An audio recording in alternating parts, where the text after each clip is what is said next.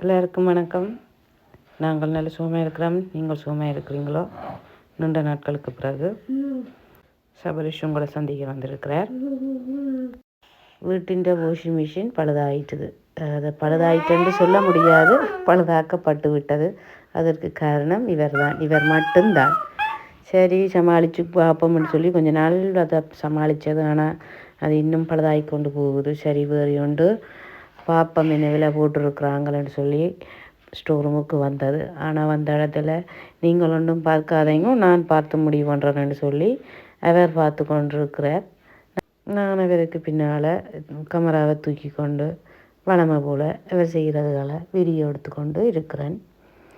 சரி நான் தான் இவருக்கு பின்னால் திடீரென் என்னுடைய கணவர்கிட்ட சொன்னேன், நீங்கள் போய் பாருங்கன்னு சொல்லி.